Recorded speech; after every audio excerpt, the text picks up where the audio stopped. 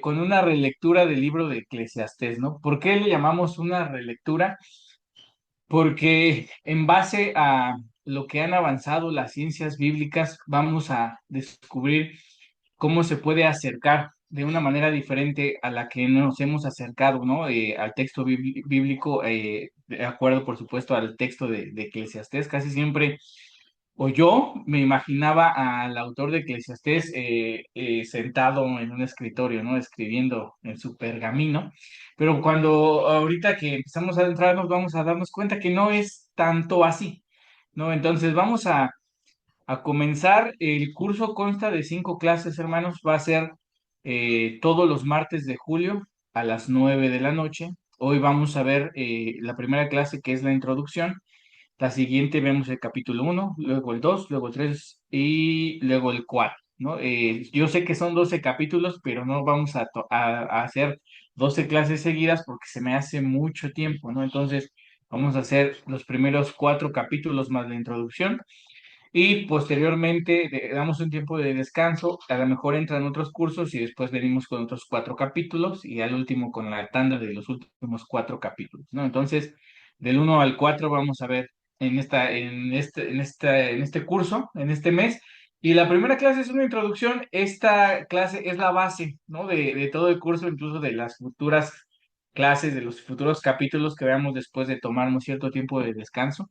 Entonces yo recomiendo repasarla. Entonces va a ser aproximadamente 55 minutos de clase y después viene una parte donde ustedes podrán hacer preguntas. Si tienen alguna pregunta o algún comentario y tienen como yo mala memoria, para que no se les olvide, pueden escribirle en el chat y ya al terminar la clase la leemos sin ningún problema, hermanos. Entonces, antes de comenzar, me gustaría pedirle a mi hermano Alfonso si puedes guiarnos en oración, hermano, por favor, para comenzar con la clase. Un gusto, paz hermanos, vamos a orar. Bendito y bondadoso Padre nuestro, te damos gracias Señor, tú mueves nuestro corazón y también Señor, el deseo de escuchar tu voz, de aprender más de ti, de escuchar esta perspectiva Señor, que también nos hace reflexionar en nuestra propia vida Señor. Te pedimos que tú bendigas a mi hermano Iván, que tú le guíes y a cada uno Señor, con tu espíritu podamos poner la atención y podamos, Señor, también discernir todas estas cosas. Bendito Padre, sabemos que todo esto es al final para darte gloria y honra, para podernos relacionar mejor contigo, con tu mensaje. Todo esto, Señor, te lo suplicamos en el bendito nombre de nuestro Señor y Salvador Cristo Jesús. Amén. Amén. Un recordatorio más, hermanos, antes de comenzar. Esto no es una predicación, ¿no? Es como tal un espacio diferente, es una clase. ¿Cuál es la diferencia? Pues que aquí vamos a poder mirar en otros elementos y profundizar en otros elementos que en una predicación no podríamos hacerlo. Primero, porque no hay tiempo y segundo, porque una predicación es con una perspectiva más pastoral, ¿no? Aquí vamos a ver un enfoque pastoral también del texto, pero ese no es el principal enfoque de estas clases, como si lo es en una predicación. Entonces, voy a compartir pantalla, permítanme. Ok, entonces el curso se llama Cuando todo parece incierto. Ahorita nos vamos a explicar por qué ese título tan dramático, ¿no? Cuando todo parece incierto. Este es el objetivo, hermanos, del curso, es ofrecer una relectura, ya vimos por qué relectura teológica. ¿Por qué teológica? Teológica porque vamos a ver qué nos enseña el texto acerca de Dios y con eso qué nos aporta nuestra fe. Y una relectura también pastoral, ¿no? Que tiene que ver con en qué nos puede ayudar a nuestra vida del libro de Eclesiastés desde una perspectiva contextualizada, es decir, trayéndola a la actualidad, que reconozca el sufrimiento y el sinsentido presentes en la vida humana, en las estructuras sociales, pero que también descubra en medio de ellos una sabiduría para vivir, para resistir, disfrutar y seguir luchando con dignidad. Vamos a ver que el texto de Eclesiastés es un texto de resistencia, hermanos, ante las adversidades de la vida, ¿no? Que muchas veces lo veamos como un texto casi casi filosófico, no, realmente es un texto de resistencia ante las adversidades de la vida. Ahorita lo vamos a ver. Y esta imagen con la que tanto se anunció el curso y aquí he puesto repetidamente es El Pensador de Augusto Rodin o Rodin, ¿no? Y en realidad no es un hombre que está pensando, hermanos, en realidad es, seguramente todos han oído o han leído acerca de la Divina Comedia, ¿no? Esta obra de la literatura universal que escribió Dante Alighieri, en donde él narra, por supuesto de manera ficticia, su visita, ¿no? A los nueve círculos del infierno, ¿no? Él creía, esa era su creencia, él creía en el infierno. Y entonces esta estatua representa a Dante mirando hacia la puerta del infierno, ¿no? Antes de entrar a la puerta del infierno. Y esto es lo que venía grabado, hermanos, en la puerta del infierno. Por mí se va a la ciudad doliente, por mí se ingresa en el dolor eterno, por mí se va con la gente perdida. Con esta anáfora comienza el viaje de Dante. Perded toda esperanza, vosotros los que entráis aquí, ¿no? Dante pone esto porque para él la peor de las desgracias era vivir sin esperanza, ¿no? De no tener esperanza era lo peor que le podía suceder a él. Por eso pone esta parte de perder toda esperanza en la puerta del infierno, ¿no? ¿Por qué? ¿Por qué pongo esto? Porque vamos a ver que el autor de Eclesiastés, en este sentido de perder la esperanza, se identifica con esta palabra de este personaje, de Dante Alighieri. Y bueno, vamos a comenzar. Primero vamos por el principio, ¿no? Obviamente, el título. El título del libro es Eclesiastés, por supuesto, en nuestro idioma, castellanizado, pero el nombre hebreo es Kohelet, ¿no? Aquí como los escribimos, entre paréntesis están como se escribiría en hebreo.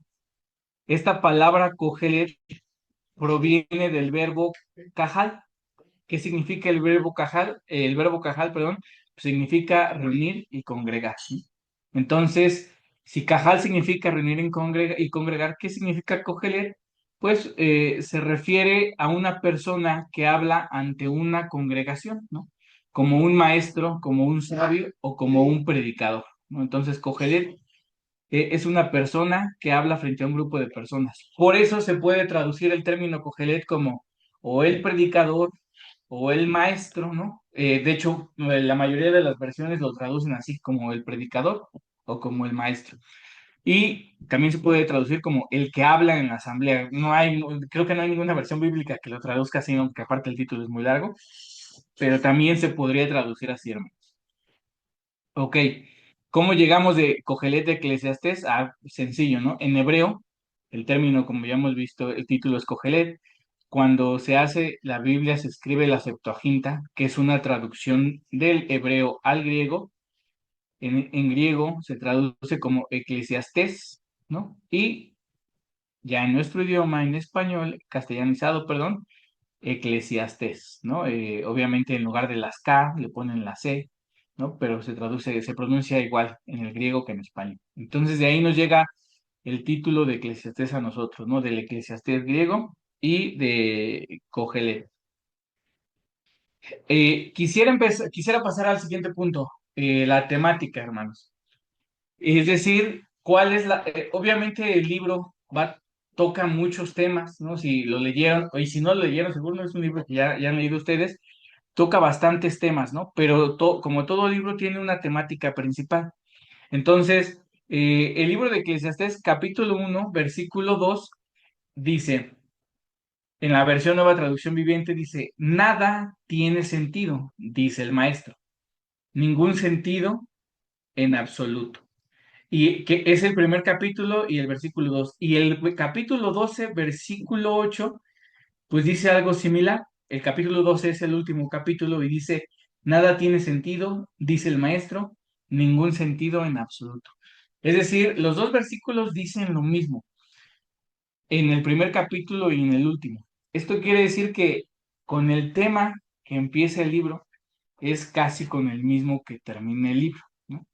En la literatura hebrea, hermanos, esta es una forma de acomodar la temática principal del libro, ¿no? La temática principal es que nada tiene sentido, ¿no? Nada tiene sentido para el autor, por supuesto, ¿no? Esto es lo que nos está diciendo. Escribe un libro y la temática principal del libro, del texto, es que nada tiene sentido. Esa es la temática del libro. Y si, la palabra hebrea que se utiliza para esto, hermanos, es Jebel. Jebel, ¿no? Jebel, todo es Jebel, ¿no? Y por si fuera poco, esto chéquenlo en casa, aquí no lo podemos checar. Todas estas citas dicen esa misma palabra hebrea, Jebel, y se traducen como nada tiene sentido, como es absurdo. En las versiones 1960 se traduce como vanidad, ¿no? En otras se traduce como es como correr tras el viento, o en otras se traduce es como querer agarrar agua, ¿no? O retener agua en las manos. Entonces, todas estas citas, fíjense cómo el texto inicia con la palabra Jebel, termina con la palabra Jebel, y todas estas citas tienen la palabra Jebel, aunque traducidas de diferente manera, pero todas tienen la palabra Jebel, hermanos. ¿Qué significa la palabra Jebel? Y aquí sí me gustaría, déjenme ver si puedo, eh, que es que quiero compartir pantalla. ¿Se ve ahí ya cambié la pantalla, ¿se ve el cambio de pantalla o no se ve? Se sigue viendo la No, presentación. es la presentación. Perdón, no te escuché, Alfonso. Solo se ve la presentación. Ok, gracias. Ahorita déjenme entonces, tengo que dejar de compartir. Vuelvo a compartir. Ya me imagino que ya se ven. Ya ahora sí. Ok, gracias. Capítulo uno. Quiero que vean, vamos a leer una parte del capítulo uno. Dice, fíjense lo que empieza, ¿qué significa Jebel? Dice el versículo 3. ¿Qué obtiene la gente con trabajar tanto bajo el sol? Versículo 4. Las generaciones van y vienen, pero la tierra nunca cambia. El sol sale y se pone, y se apresura a dar toda la vuelta para volver a salir. Fíjense cómo el autor nos empieza a marcar ciclos, ¿no? El sol sale, se vuelve a poner y otra vez vuelve a salir. El viento sopla hacia el sur y luego hacia el norte, ¿no? Regresa, da vueltas y vueltas soplando en círculos. Otro ciclo, ¿no? El sol, ahora el viento. Los ríos desembocan en el mar, pero el mar nunca se llena. Luego el agua vuelve a los ríos y nuevamente sale al mar. Todo es tan tedioso, imposible de describir, no importa cuánto veamos, nunca quedamos satisfechos, no importa cuánto oigamos, nada nos tiene contentos. La historia no hace más que repetirse, ya todo se hizo antes, no hay nada realmente nuevo bajo el sol, ¿no? Nos saltamos al versículo 14. Observé todo lo que ocurría bajo el sol y a decir verdad, nada tiene sentido, es como perseguir el viento. Fíjense cómo el maestro nos muestra al principio que todo se repite y todo es un ciclo y nos pone dando vueltas, ¿no? El sol, los ríos, el viento, como si nos quisiera marear, ¿no? Y dice, todo es igual, no hay nada nuevo. ¿Cómo expresa monotonía? ¿Cómo expresa fastidio?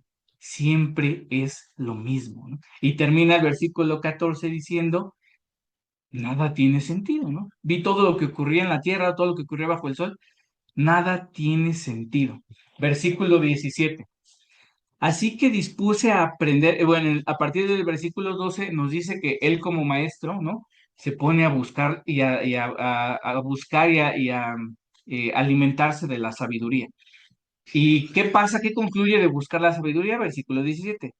Así que dispuse a aprender de todo, desde la sabiduría hasta la locura y la insensatez, pero descubrí por experiencia que procurar esas cosas es como perseguir el viento.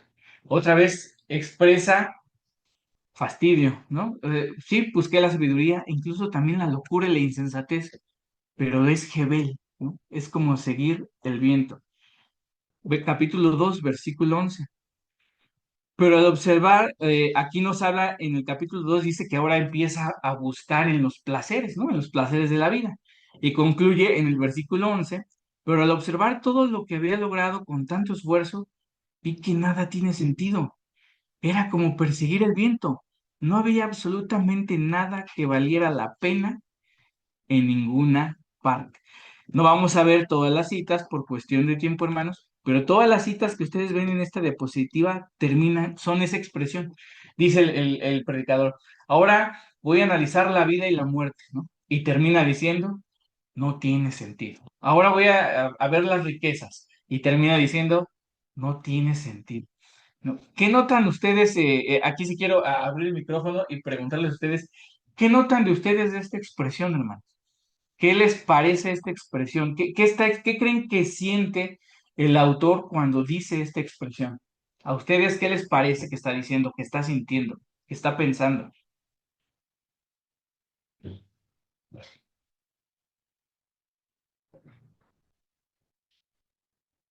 A mí me suena un poco como a frustración, ¿no? ¿Ok? Está frustrado, ¿no? Ujú. Aquí nos pone Noemí Rodríguez un vacío, ¿no? Sí, exacto. El autor está frustrado, hermanos. El autor no le encuentra sentido a nada. El autor está vacío. Nada lo satisface. Está fastidiado. Entonces, la palabra, espérame, aquí llega otro en el chat y dice desesperanza, ¿ok? ¿Sí? También desesperanza, no tiene ánimos, no hay un objetivo, ¿no? Dice, voy a buscar esto, nada me satisface. Ahora voy a probar esto, no tiene sentido. Ahora voy a probar esto, no le encuentro el chiste. Ahora esto, tampoco, ¿no? Esa expresión, Gebel, hermanos, puede traducirse también por eso algunas Biblias la traducen como vanidad, ¿no? Pero no es en el sentido de vanidad de orgullo, ¿no? Sino ni de superficialidad, sino otra traducción, las mejores traducciones serían frases en nuestro idioma que expresaran frustración, ¿no? Por eso ponen, no tiene sentido, es correr tras el viento. Algunos autores incluso proponen otras eh, traducciones más fuera de lo común, ¿no? Algunos ponen como si el predicador dijera, apesta, la vida apesta, ¿no? U otros ponen otras más fuertes, ¿no? Como sería porquería. Todo es una porquería. La vida es una porquería. Nada tiene sentido, ¿no? Entonces, una traducción sería cualquier palabra que expresa uno cuando tiene frustración, desesperanza, como dice aquí otra vez nuestra hermana Noemí, cuando está decepcionado de la vida, que todo es vano, ¿no? Que todo es superficial. Eso es todo, por todas esas palabras se pueden traducir Hebel, ¿no? Entonces, en otras palabras, este autor va a reflexionar en cuanto la frustración que le produce la vida, ¿no? Y por ejemplo, vámonos aquí.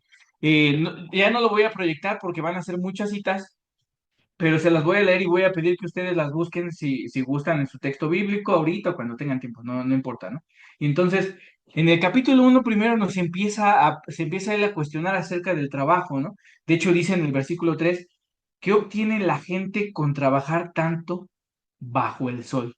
Primero lo que hace Eclesiastés es cuestionar el trabajo, ¿no? Porque todo él observa y ve, Eclesiastés es una persona, el autor es una persona que ha observado la vida con detenimiento. Esto nos hace decir, nos da a entender algo del autor. Es alguien observador, más adelante vamos a hablar del autor. Es alguien entendido y es alguien con la suficiente experiencia, no es alguien joven, que ha observado varias y vivido varias cosas, ¿no? En su experiencia.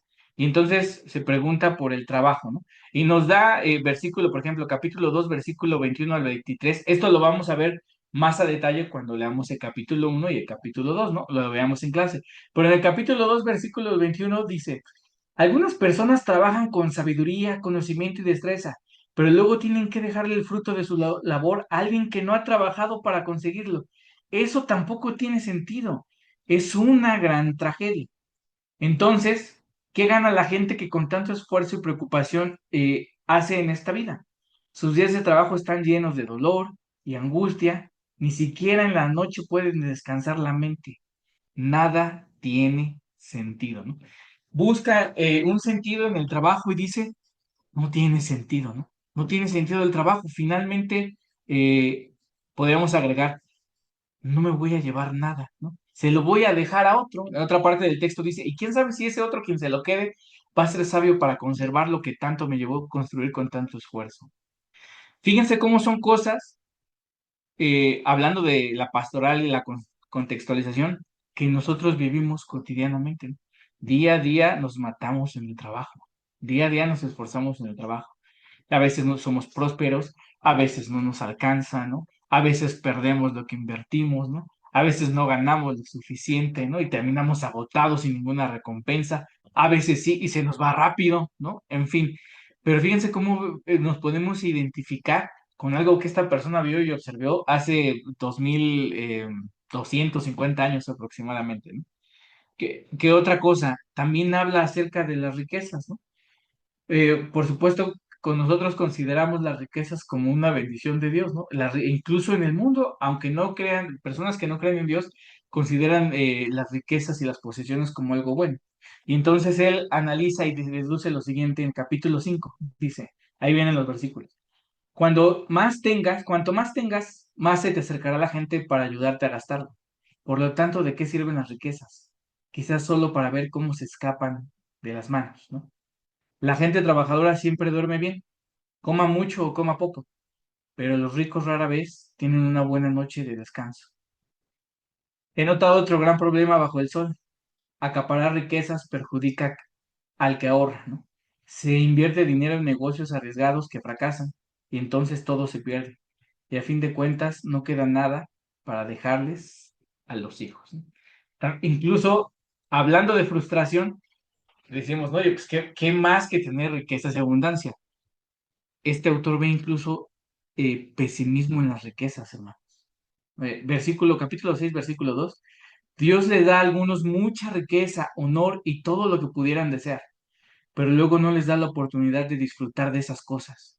Se muere y algún otro, incluso un extraño, termina disfrutando de toda esa abundancia. Eso no, otra vez, Hebel, eso no tiene sentido. Es una tragedia terrible. Fíjense cómo incluso este personaje en las riquezas mira frustración, ¿no? En las cosas abundantes. ¿Qué otra cosa? Ok. ¿Qué otra cosa este personaje ve frustración? Él observa la vida y con esto nos vamos a identificar mucho en nuestro contexto, hermanos. Injusticias, ¿no? Capítulo 3 versículo 16 dice. También noté que bajo el sol la maldad está presente en el juzgado. Sí, hasta en los tribunales de justicia hay corrupción, ¿no? Él observa que aquellos que tienen los medios, ¿no? Y los contactos corrompen la justicia a su favor, ¿no? Digo, eso no es algo que nos tenga que contar, ¿no? En nuestro país. Capítulo 4 versículo 1. Además observé toda la opresión que sucede bajo el sol. Vi las lágrimas de los oprimidos y no había nadie para consolarlos. Los opresores tienen mucho poder y sus víctimas están indefensas, ¿no? Quien tiene el poder tiene la justicia a su favor, puede oprimir y nadie le hace nada, ¿no? Es algo que, repito, es algo con lo que nosotros nos identificamos, ¿no? En nuestra sociedad corrupta, como la sociedad que está acusando a este autor, vemos gente que es oprimida, a lo mejor incluso nosotros hemos sufrido injusticia, ¿no? Y no tenemos los medios porque no hay el dinero o no hay las influencias para que se nos pueda hacer justicia, ¿no? Versículo 15 del capítulo 7. He visto todo en esta vida sin sentido, incluso jóvenes buenos que mueren y personas malvadas que tienen una larga vida, ¿no? Es algo que también nosotros observamos. Si se fijan aquí, el autor está incluso cuestionando su fe. En esta época que el autor escribe, hermanos, eh, había un pensamiento de retribución. Es decir, si tú te portas bien, Dios te bendice. Y si tú te portas mal, Dios te castiga. Pero él está viendo lo contrario. Y entonces por eso lo está escribiendo, lo está declarando. No es cierto. Veo tribunales que son corruptos, ¿no? Y favorecen al corrupto. Veo quienes tienen poder y están sobre los oprimidos, atormentándolos, y no hay quien los salve, ¿no? Veo jóvenes buenos que mueren, ¿no? Y veo gente malvada que tiene larga vida. Incluso en las injusticias encuentra frustración, ¿no? Incluso su fe está frustrada, ¿no? De este personaje. Como yo les decía, a veces nos imaginamos al autor acá escribiendo el texto en un pergamino sobre un escritorio. Es alguien que le duele, ¿no? Lo que está viviendo. Es alguien que está frustrado, alguien que está enojado. Podemos decir, está enojado incluso con la vida, ¿no? Siguiente punto, aquí ya puse el texto para no andarlo buscando. Dice, él observa una cosa, que las personas que ostentan poder, aunque sean diferentes personas, no cambian la situación. El capítulo 4 versículo 13 dice, de 13 al 16 si no mal recuerdo, dice, mejor es el muchacho pobre y sabio que el rey viejo y necio que no admite consejos. Nos presenta un rey, pero fíjense cómo pinta este rey. Es un rey viejo y necio, ¿no? Que no admite consejos. Y el otro personaje es un muchacho que es pobre, pero es sabio, ¿no? Hay un contraste entre el rey. Acuérdense que incluso está cuestionando lo que se le enseña, ¿no? En la cultura del Antiguo Testamento, la vejez era símbolo de sabiduría, ¿no? O sea, que nos dice, no, este es rey y es anciano, pero es necio. Y este joven, que por ejemplo en el proverbio, los proverbios es símbolo de insensatez, inmadurez, no, aquí tenemos un joven que es sabio. Si se fijan cómo está cuestionando sus enseñanzas. Eh, Versículo 14. Porque de la cárcel salió para reinar, aunque en su reino nació pobre. Y entonces vemos, fíjense cómo empieza a haber un cambio de poder. Sale el muchacho pobre pero sabio, sale de la cárcel y sale para reinar. Llega hasta el reinado, aunque él inició en la pobreza, ¿no? Versículo 15. Vi a todos los que viven debajo del sol caminando con el muchacho sucesor que estará en lugar de aquel, ¿no? Entonces, toda la gente, como ya están fastidiadas del viejo necio, del rey viejo necio, apoyan al muchacho pobre pero sabio, ¿no? Y entonces toda la gente lo apoya, versículo 16. No tenía, no tenía fin la muchedumbre del pueblo que le seguía, ¿no? Todo el apoyo. Sin embargo, los que vengan después tampoco estarán contentos de él. Y esto es también vanidad y aflicción de espíritu. El cambio de personas en el poder. Esto nos habla, ahorita vamos a hablar más a fondo, pero nos habla de la situación política que está viviendo en donde vive el autor, ¿no? En Jerusalén. Los reyes que él ha visto que salen y que entran, todos terminan siendo lo mismo. Aunque las personas cambien, aunque el poder cambie de persona, termina siendo corrompido, ¿no? No quiero politizar el asunto, pero hay tres partidos, ¿no? Que han sido eh, se han tenido al jefe del Ejecutivo, que han sido presidentes y presidenta en nuestro país, tres partidos diferentes y terminan siendo absolutamente lo mismo. Entonces, fíjense cómo es algo que hace 2250 años y podemos identificarnos con ello. La última que vamos a ver antes de pasar a la siguiente temática, hermanos. La muerte igual a todos. Capítulo 2 versículo 15. Entonces dije yo en mi corazón, como sucederá al necio, me sucederá también a mí. ¿Para qué pues he trabajado hasta ahora por hacerme más sabio? Y dije en mi corazón que también era vanidad o aflicción de espíritu, dicen algunas versiones, o en otras dice, vi que también esto no tenía sentido, porque ni del sabio ni del necio habrá memoria para siempre, pues en los días venideros ya todo será olvidado y también morirá el sabio como el necio. También en la muerte ve frustración, dice, pues ¿de qué me sirve ser sabio? ¿No? Igual que el necio, voy a morir. Esto no tiene sentido, no sirve de nada. Entonces, fíjense cómo estamos hablando de la temática. Cómo la temática que pone el autor es fastidio, no le encuentra sentido a la vida en los placeres, en las riquezas, ¿no? No hay, no puede haber esperanza en las personas porque el poder los corrompe, ¿no? No puede haber justicia porque también se corrompen los tribunales, ¿no? No hay sentido porque las personas que se portan bien se mueren y las personas malvadas viven incluso largos días.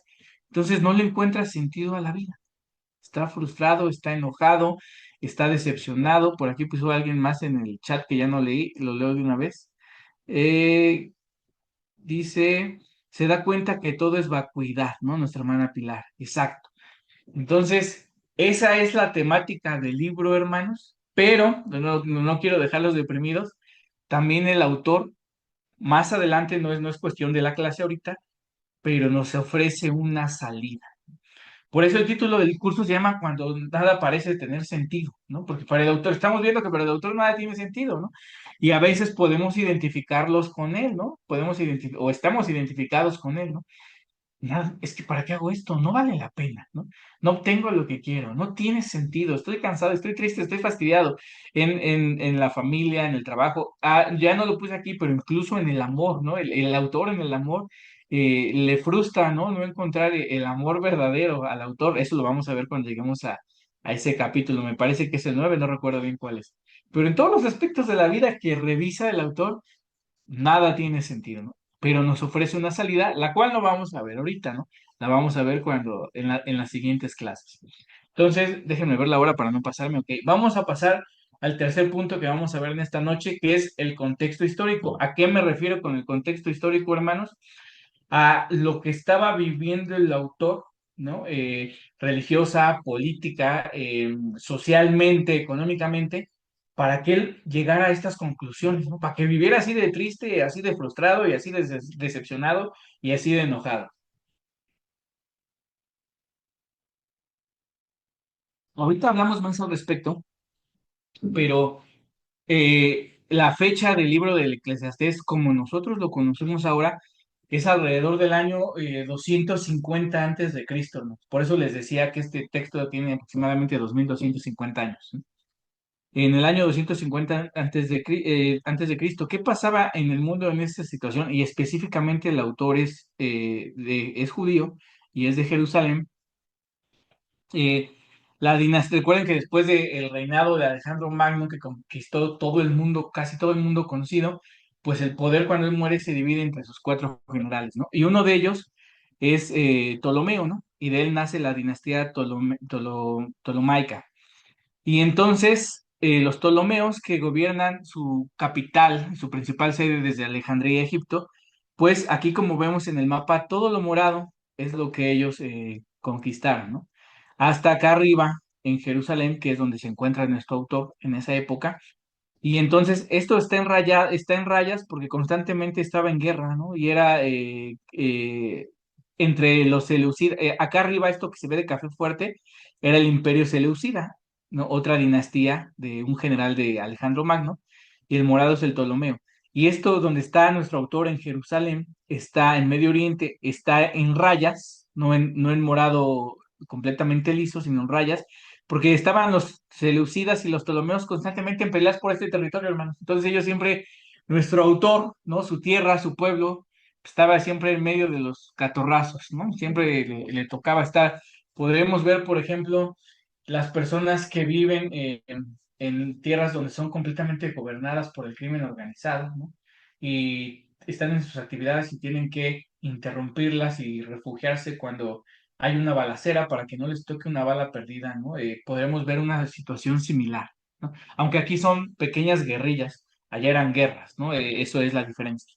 Pero entonces, ¿no? Esa era la situación.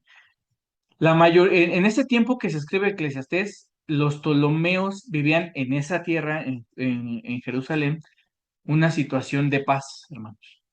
Y entonces, eh, como tuvieron un periodo relativo de paz en el tiempo que vive el autor, pues ellos pudieron apoderarse de Jerusalén e influir con la cultura helénica, hermanos.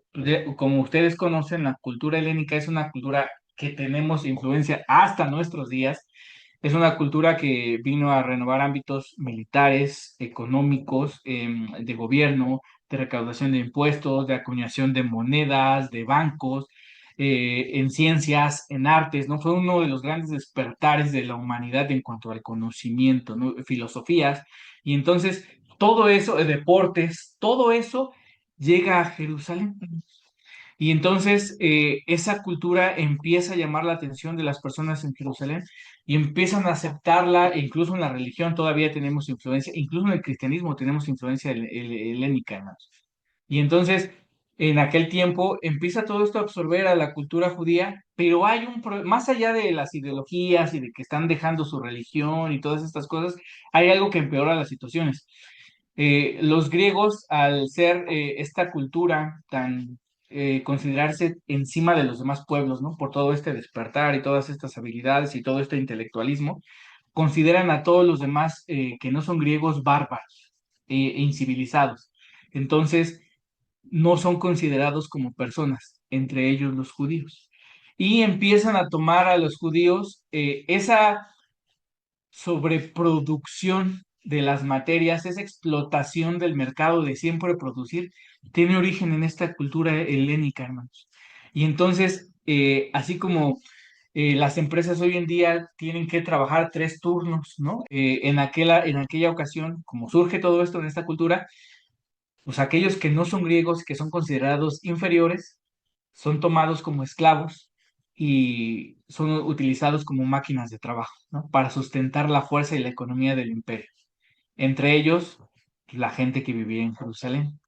Y eso es lo que está viendo nuestro autor, el autor del libro, ¿no? Entonces, son personas que trabajan día y noche, ¿no? Con un sueldo raquítico, hermanos, donde apenas si les alcanzaba para comer. ¿Por qué?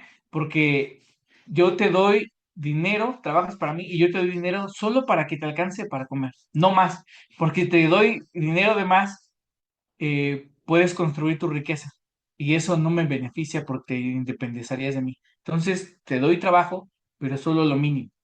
Y el dinero lo gastas conmigo mismo, ¿no? Yo te vendo tus productos, en específico tus granos y cosechas, yo te los quito, tú trabajas tu tierra, pero yo te los quito y te los vuelvo a vender, ¿no?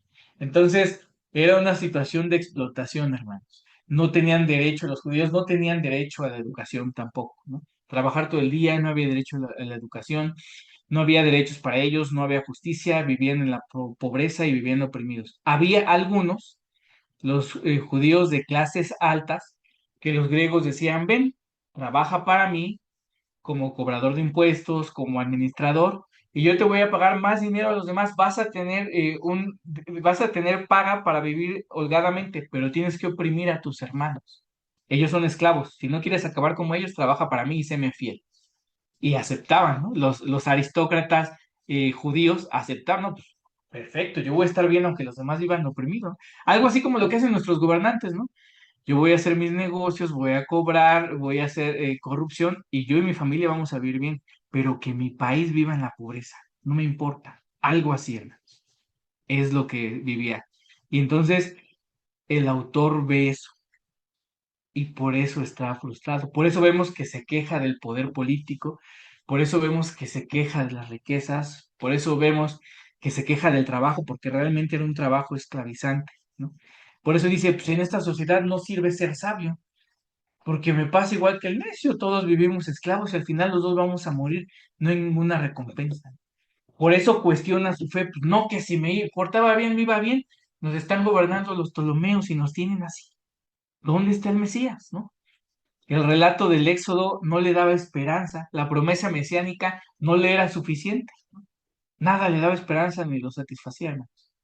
Esa era la situación histórica que estaba viviendo el autor del libro, hermanos, ¿no? Por eso lo vemos así frustrado, ¿no? Entonces, aquí les pongo las características de la cultura helénica, ¿no? Un poderío, un fenómeno militar, político, económico, cultural, ¿no? Que influenciaba a todos los niveles de vida, control económico, esclavos que eran su fuerza laboral y superioridad racial.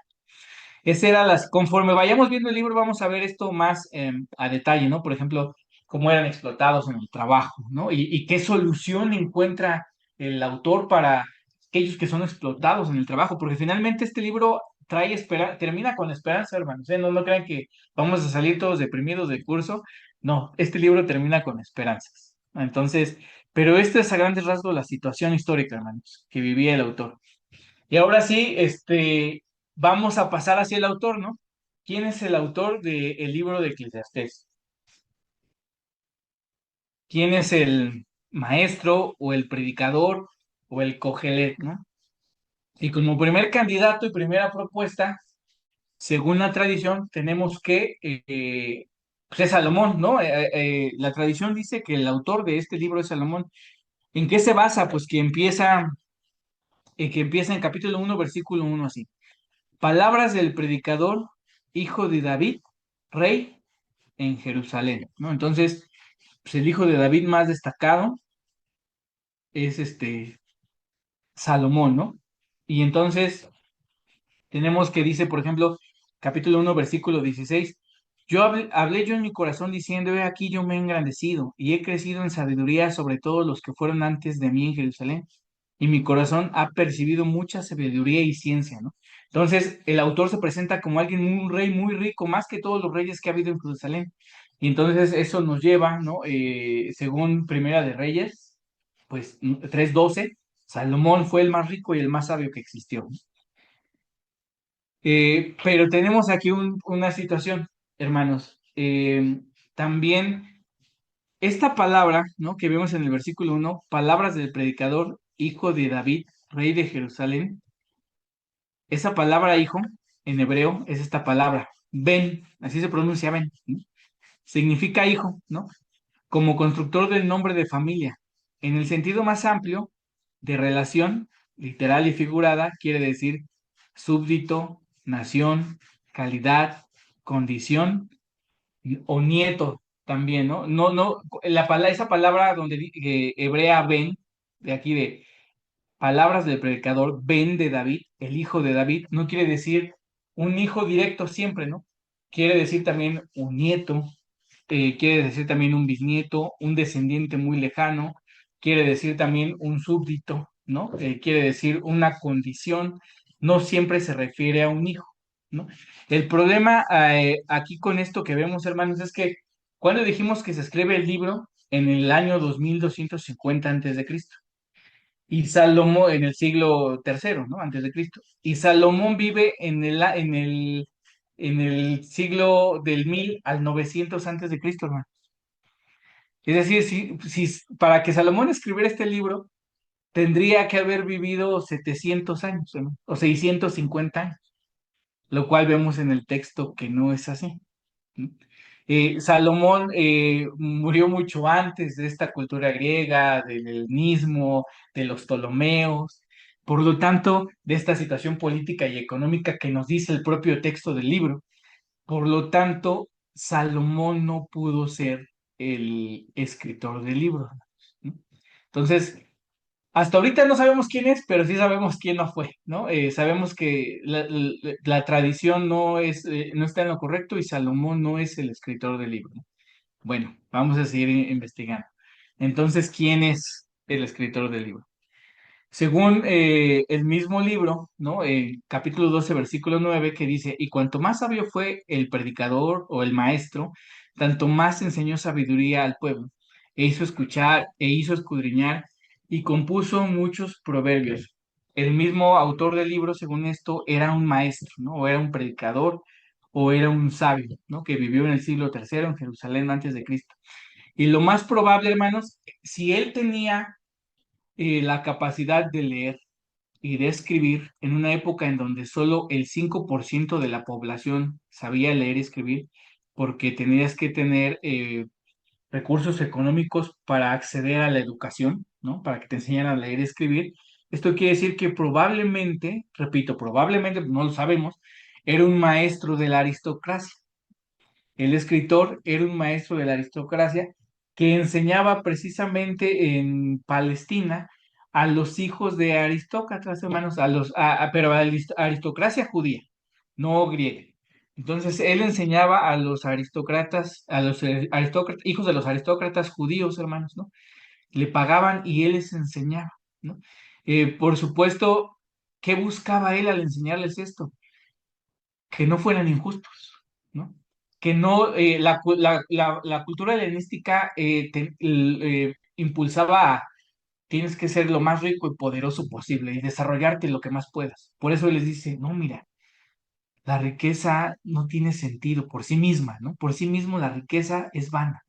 Porque mira, tú vas a trabajar y al final no te vas a llevar nada. Y tal vez lo quede otro y a lo mejor hasta es un extraño, como decía en el texto, ¿no? Fíjate cómo les decía a los hijos de los aristócratas, fíjense cómo son los tribunales corruptos. Ustedes que van a ser jueces, no sean corruptos, ¿no?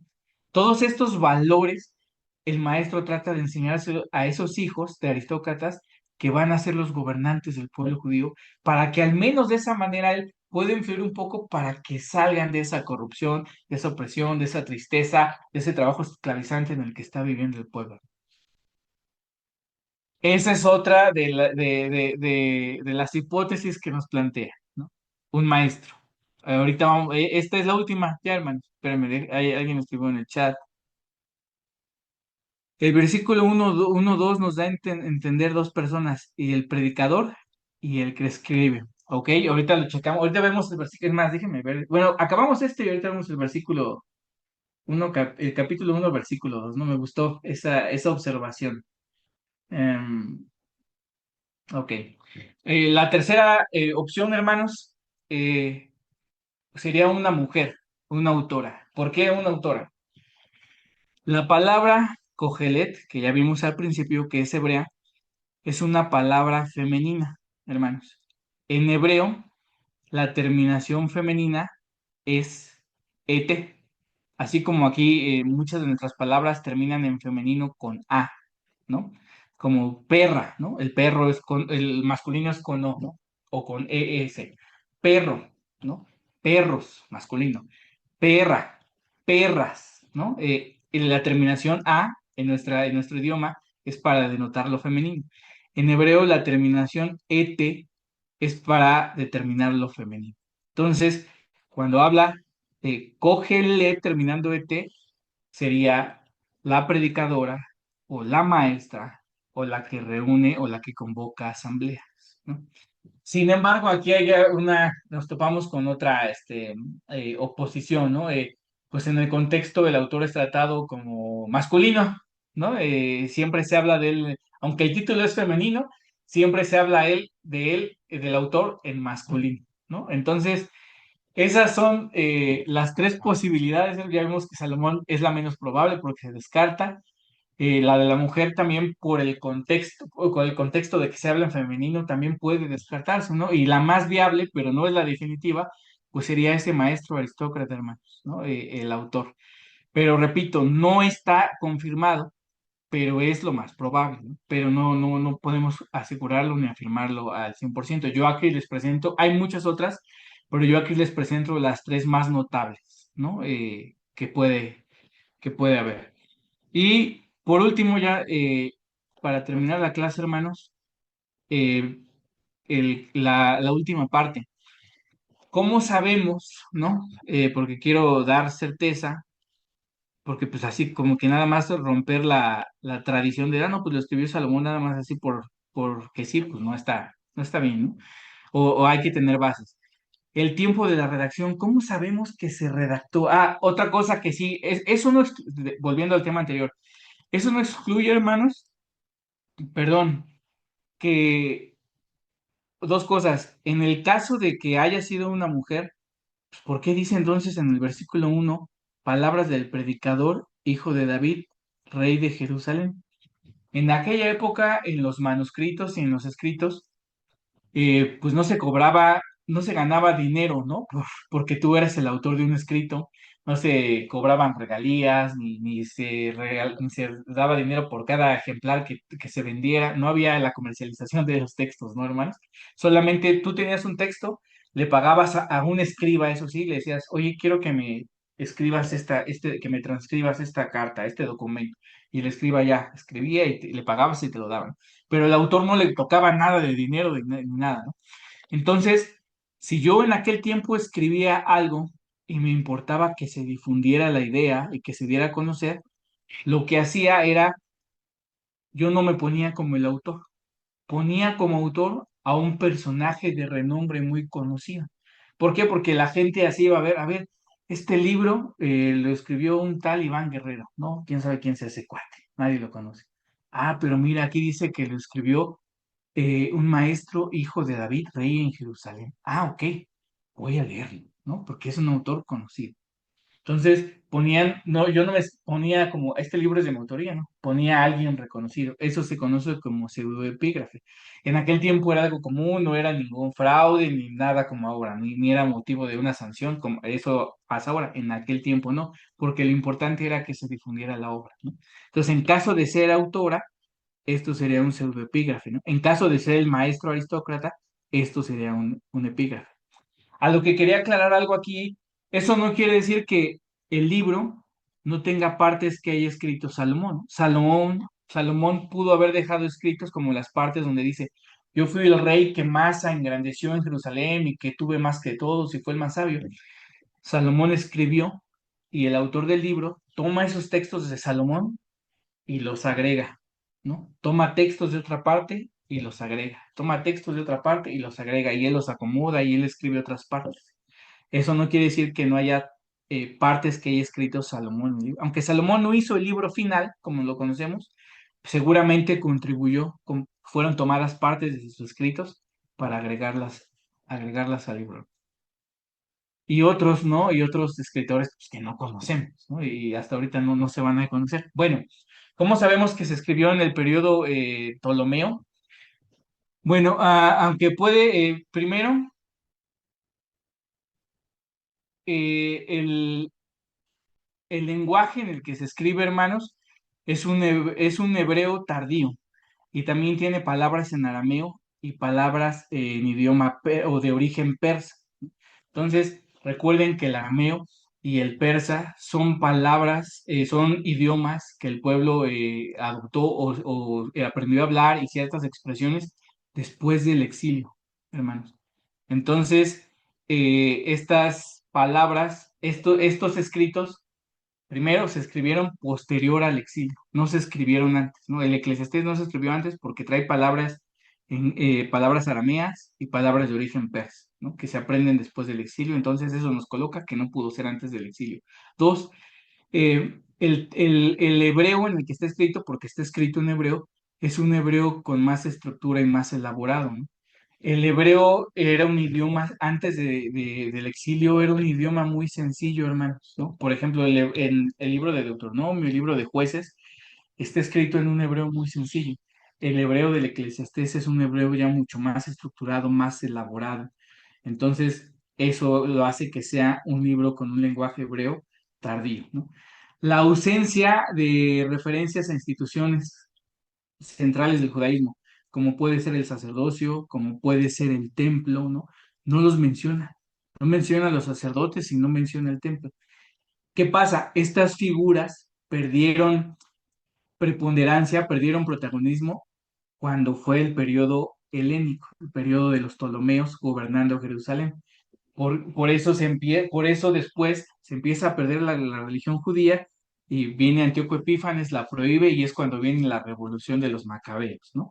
Pero en ese tiempo, cuando estas instituciones empiezan a perder importancia en el judaísmo, por eso el libro no las menciona.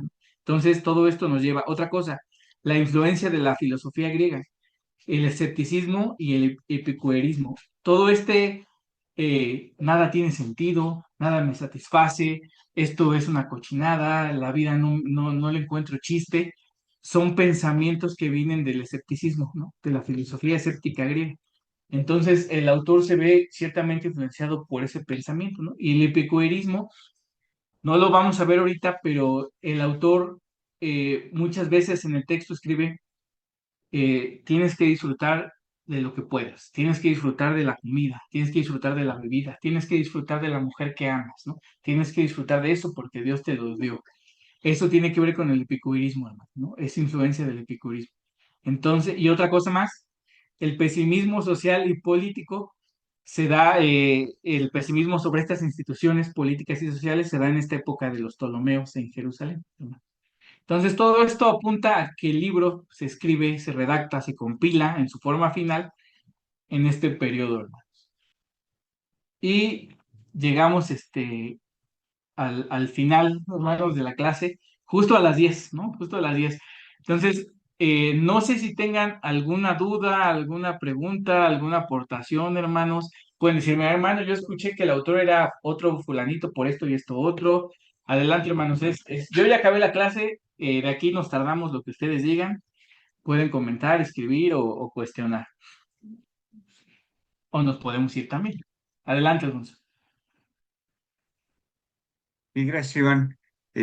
Bueno, es interesante ver que en el texto bíblico hay diferentes perspectivas y el texto inmediatamente anterior, que es el de Proverbios, nos habla de que si uno es justo, si uno obedece pues, la Torá, primero pues va a recibir bendiciones. Y esas bendiciones son las que mencionaste en toda la clase: la riqueza, el dinero, la sabiduría, la larga vida, ¿sí? No padecer de cosas injustas. Y aquí está padeciendo lo contrario. Está diciendo que ni en la riqueza encuentra satisfacción, ni en el dinero, en la sabiduría, ni larga vida, porque dice, yo he visto a los justos morir jóvenes y a los malos larga vida, y esto, bueno, este, no tiene sentido. Es lo que contrastamos aquí. Interesante, ¿no? De cómo en otros textos eh, que hablan de la retribución, pues aquí parece cuestionarlo. Y ese es otro de los puntos que nos da una referencia del tiempo. Porque textos más tempranos no pondrían a juzgar estas situaciones, pero ya entendiendo un pueblo que ya regresó del exilio, que vivió una situación pues muy difícil y que sigue viendo esa situación difícil en el tiempo, nos da una idea de más o menos en qué tiempo se habrá escrito. También la forma de pensar judía más temprana se ven como un pueblo, o sea, la relación de Dios es como pueblo, y aquí vemos una cosa más individual, o sea, ya se cuestiona de forma individual, entonces también eso nos ubica un poco en el tiempo. Gracias, gracias, Alfonso. Fíjense cómo cuestiona su fe, ¿no? Su pensamiento, como a veces nos pasa a nosotros. A mí me gusta que, no sé si les pasa a ustedes, pero a través de su frustración, ¿no? Su reniego, su vacío, podemos identificarnos con el autor. No es un intelectualoide en una mesa, ¿no? Escribiendo, sino que es alguien, por supuesto, el texto inspirado por Dios, sino que es alguien que tan humano, que está enojado, que está frustrado, que está decepcionado y que en eso todos los podemos entender, ¿no? Que ve la corrupción y le fastidia, ¿no?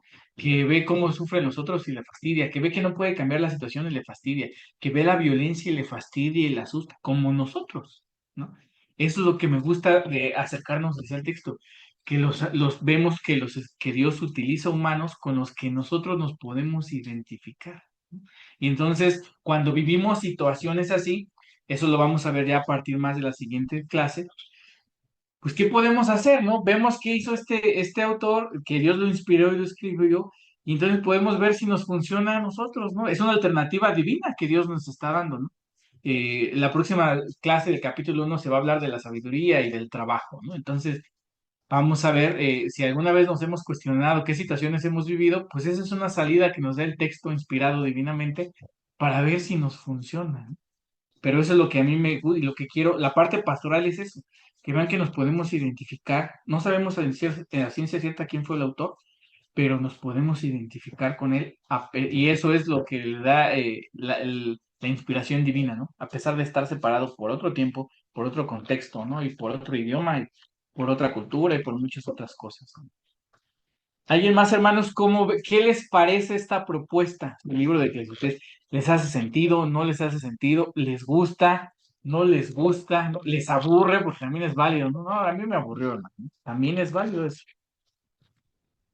O lo están procesando, por eso no han hablado. Tienen que pensarlo, meditarlo con la almohada.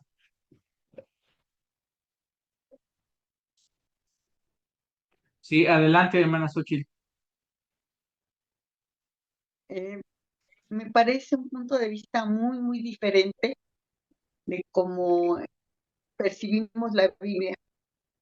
Muchos datos que diste que me pareció así abrumante a veces. De momento, a mí me pareció un poquito abrumante porque pues tú te lo sabes, no sé si de memoria o algo, estudiaste mucho tiempo, no sé, pero nosotros al escuchar, bueno, a mí, en mi persona, al escucharlo, son son muchos datos que no manejamos diariamente. O sea, tal vez ustedes, el hermano Alfonso, que es muy estudioso de la historia, pero me parece interesante porque aunque esté frustrado, después empieza a decir que, pues sí, que él ha visto que lo único que hay que disfrutar es la comida, la bebida, encontrar satisfacción en el trabajo, pero esto proviene de la mano de Dios, o sea, ahí ya lo nombra. Creo que es interesante el punto de vista que estás mostrando. Tal vez en esta clase pues fueron demasiados datos y ver otra perspectiva del libro es muy interesante para mí. Gracias, hermanos. No, gracias a usted, hermana. Sí, mire, somos ahorita permíteme, hermano Rafael, eso sí, se me olvidó decirlo del principio, somos un grupo diverso, hermanos. Hay hermanos que sí ya tienen más tiempo, ¿no? Estudiando y algunas cosas se les van a hacer aburridas, ¿no? Ya las conocen. Hay otras que se les van a hacer interesantes. Por el contrario, alguien que a lo mejor dice, bueno, esto yo no lo había escuchado y no lo entiendo muchas cosas, ¿no? Entonces, pido paciencia, ¿no? Porque hay cosas que les van a desfavorecer a ambos, ¿no? Entonces, paciencia. Algo, hermana, que sí quiero que digan, no me interesa que, pues esto se escribió en el año 250 porque los Ptolomeos, no, no, no. Si se lo quiere aprender está perfecto, ¿no? Va a subirse la grabación, yo les paso la presentación, pero no es la intención, ¿eh? La intención de todos estos datos y demás es meternos en lo que vivía el autor, no aprendérnoslo, sino entender lo que vivía y cómo se sentía e identificarnos con él. Porque si yo les digo, no, pues el autor es alguien que viviría frustrado. ¿Por qué? Pues porque dice que las cosas no tenían sentido.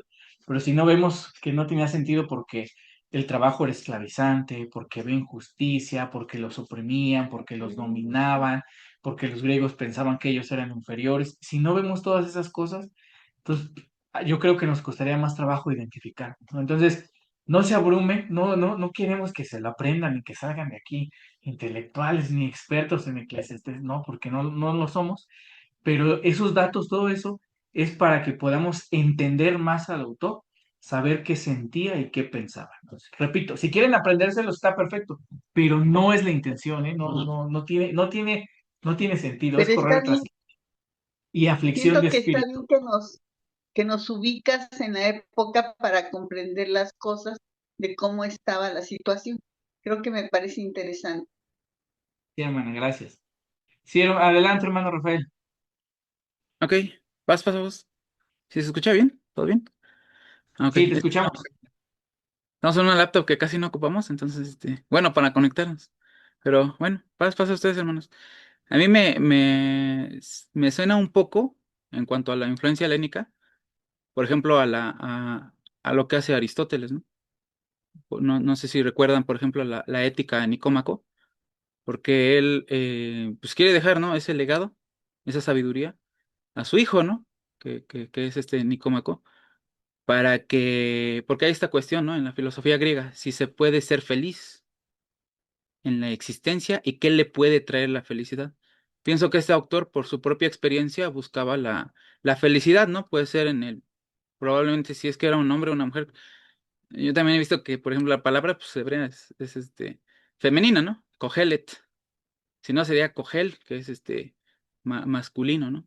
Entonces, claramente la palabra es femenina, pero un detalle que creo que no cambiaría mucho si fuera hombre o mujer, pienso yo, ¿no? Pero bueno, en el caso, pienso yo que era una persona así, de influencia helénica, que por experiencia a lo mejor anduvo ahí experimentando varias, ideas, ¿no? Filosóficas.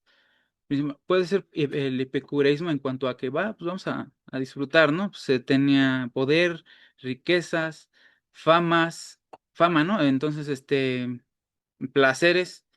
Y todas estas cosas, pues él describe es vanidad, ¿no? Pues realmente no me siento, es vanidad y aflicción de espíritu. O sea, ve cómo esta parte de entender la vida, la existencia, el propósito del hombre, pues no le trae felicidad. E incluso algo que era importante para Israel, como era la sabiduría, el movimiento sapiencial que sabemos que entendemos tradicionalmente que comienza con David, con Salomón y que el rey Ezequías incluso tuvo gente, ¿no? Que escribió para ellos. Era algo muy importante la sabiduría, ¿no? Para la vida cotidiana.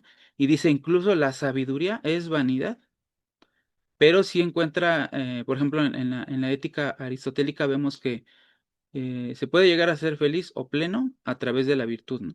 A través de la vivencia de las virtudes. Y hay algo cierto, en cierta relación, yo lo veo de esta manera, en que él lo ve, obviamente no desde el entendimiento de la ética filosófica griega, sino apegándose a la enseñanza del Dios que ya se conoce, ¿no? En Israel. Tú sigues sus mandamientos y eso, porque eso es el todo del hombre, ¿no? Eso va a llevar al hombre pleno, ¿no?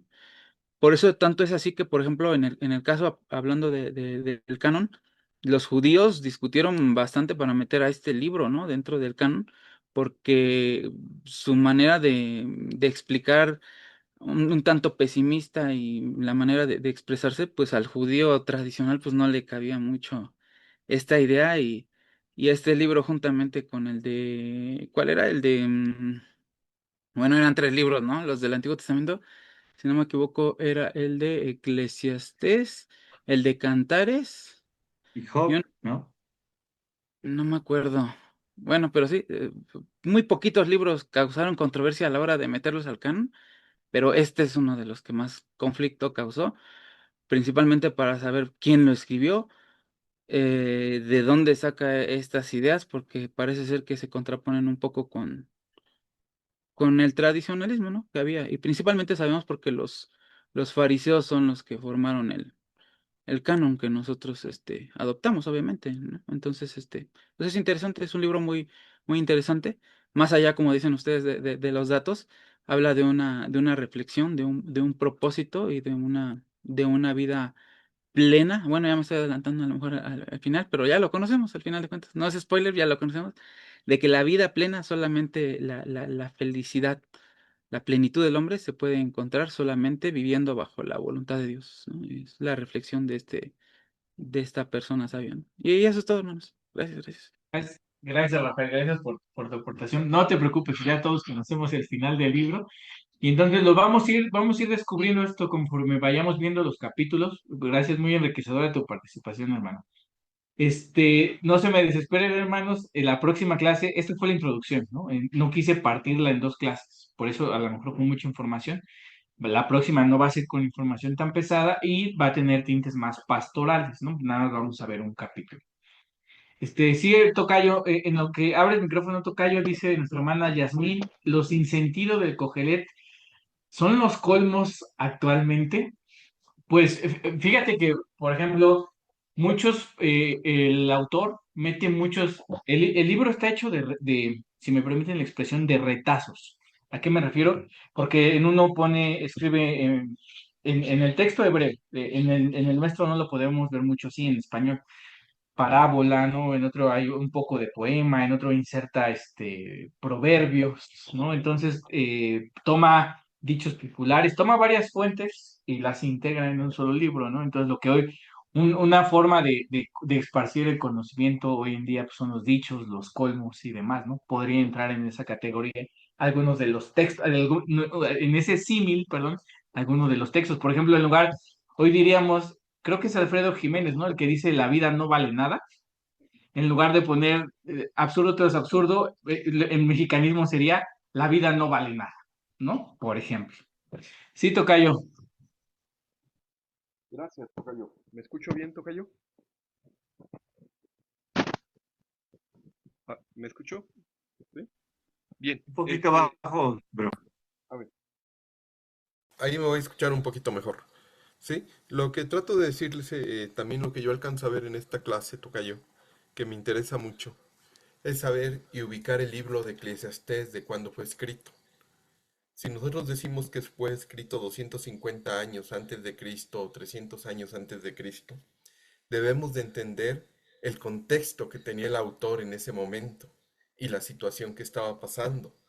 Y en ese momento ya habían terminado los profetas. Estaba el periodo del silencio. Había una depresión. El pueblo, es cierto, salió del exilio, pero fue un pueblo que volvió a caer en el pecado. Fue un pueblo que no volvió a buscar a Dios y entonces cayó en depresión. Y aparte de eso, hermanos, era un pueblo ya conquistado en ese momento por los griegos. Entonces pasaban por ciertas situaciones. Lo que trato de dar a entender aquí, que todo parte del contexto donde se escribe y lo contextual donde se escribe el libro. Yo me quedo con esto, tocayo. A mi parecer también es un libro después del exilio, pero en una situación difícil que pasaba. Precisamente por eso encontramos textos de esa forma en este libro. Muchas gracias. No, gracias a ti, tocayo. Aquí nuestra hermana Noemí Rodríguez, gracias por tu palabra, hermana, pero comenta algo que quiero destacar. Dice, es admirable cómo desde su lugar de privilegio, es decir, ella le parece adecuada que la autoridad de un maestro aristócrata, ¿no? Y dice, es admirable cómo desde su lugar de privilegio logra percibir la realidad con tanta claridad y busca impactar a los demás, llevándolos a a la reflexión, ¿no? Fíjense que no es alguien privilegiado que dice, pues yo estoy bien y ya, ahí nos vemos, no me interesan los demás, ¿no? No, sino que se fija en los que son menos favorecidos que él, ¿no? Algo que el yavismo, algo que Dios, ¿no? Les decía que tenían que hacer, algo que como cristianos también nosotros hacemos o tendríamos que hacer, ¿no? Desde su lugar de privilegio no se queda ahí y ni dice, yo estoy bien, los demás no me interesan, sino que se fija en el padecer de los demás. ¿Alguien más, hermanos? Si no hay más comentarios, entonces, en cuanto me pasen la grabación, yo subo la grabación, hermanos, al grupo. Yo también les paso la presentación. Repasen la clase, repito, no se preocupen, no se abrumen, con que ustedes sepan, pues era un cuate que estaba frustrado porque vivía bajo el imperio griego, ¿no? O Ptolomeo, gobernado y esclavizado, y veía el sufrimiento del pueblo, ¿no? Y por eso no le veía sentido a la vida. Las próximas clases vamos a ver, entonces, dentro de ese sinsentido, él cómo le encontró sentido a la vida, ¿no? Y vamos a ver esto cómo nos puede aportar a nosotros en nuestra vida, ¿no? Entonces, nos vemos el próximo martes, hermanos, a las 9. Vamos a despedirnos en oración. Voy a pedir a nuestro hermano David, nuestro hermano David Chicharo, si nos puede despedir en oración, hermano, por favor. Por supuesto que sí, mi hermano. Vamos a agradecer a nuestro Dios. Oremos. Te damos gracias, Dios poderoso. Nos permite seguir aprendiendo cada vez más de estos libros que son importantes para nuestra fe. Nos dan consejos de cómo poder vivir. Y te agradezco que hoy nos das la oportunidad de tener la primer clase. Permite que así como hoy podamos seguir profundizando en el estudio de este libro. Bendice a nuestro expositor y permite que nuestro hermano Iván siga preparándose para darnos todas estas lecciones. Bendice a cada uno de mis hermanos que han dedicado de su tiempo para poder aprender un pedacito más, pero que no quede como un conocimiento intelectual, sino que, a fin de cuentas, todo esto vaya moldeando nuestra vida. Gracias, Señor, por este tiempo que nos has permitido tener. Te lo agradecemos. En el nombre de tu Hijo, nuestro Señor Jesucristo. Amén. Dios les bendice, Amén. mis Muchas hermanos. gracias, hermanos. Paz a todos. Dios les bendiga.